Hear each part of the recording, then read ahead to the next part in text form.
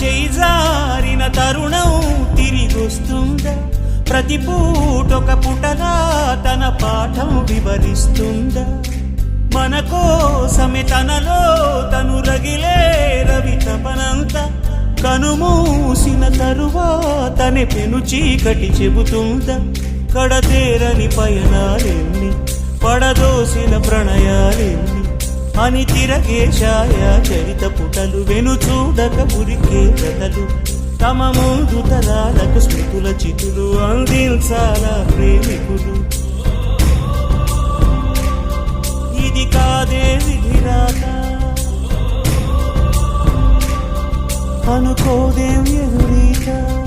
10 నెలలు తనలో నిన్ను మోసిన అమ్మైనా అప్పుడో ఇప్పుడో కననే కలను అంటుందా?